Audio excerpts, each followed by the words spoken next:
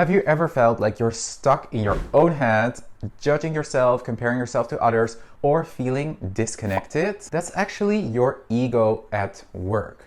But what if I told you that this separation is just an illusion? Today we're diving into how the ego is built, how it affects us, and how we can break free from its grip. So the ego is not your enemy, but it's also not the truth of who you really are. According to Carl Jung, the ego is just one piece of your psyche, a mask, a role you play in this world. And for us in the LGBTQ+ community, understanding the ego is crucial. Why? Well, because many of us grow up feeling shame, rejection, and disconnection, which deeply impacts how our egos develop and how we see ourselves. How is the ego constructed? As a baby, you're one with the universe, with love itself. There's no separation. At least you're not conscious of this yet.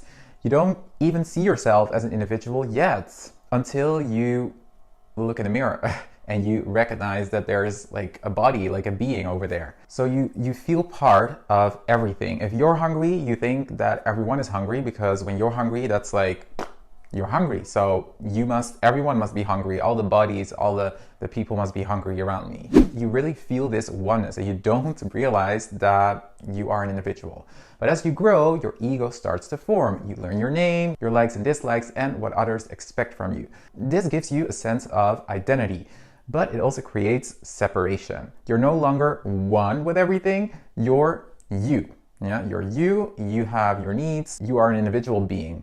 And for many of us in the LGBTQ+ community, this process can be a little bit more painful. Society often shows and tells us that we might not be enough, or that there's something wrong with who we are or who we like. And this creates a defensive ego, a self that feels the need to hide, prove itself, or seek constant validation. And your ego really shows up every day, right? It's the voice that says, I'm not good enough, or what will people think of me? It's the part of you that compares yourself to others or feels like you have to fit in to be loved or enough. Remember that the ego isn't inherently bad. It's just a tool. But when we identify with it completely, we lose touch with our true selves. So how can you heal and reconnect with oneness, with love, with the universe? Well, start by noticing when your ego is at work. Are you overthinking? Do you feel fear, anger, defensiveness? That's your ego trying to protect your sense of self. Mindfulness helps you to step back from your ego and see it for what it is, a temporary thought, not the truth of who you really are. And beneath all the noise, you are still that pure, connected being.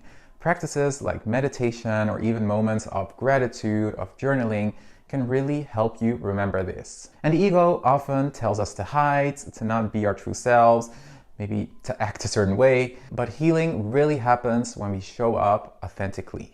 Surround yourself with people who celebrate you for who you are. And your ego is not your enemy. It's just part of you. When you learn to step back from it, to observe it, you can actually reconnect with something so much greater, and that's the love and oneness that you came from. Yeah, and that's where true peace begins.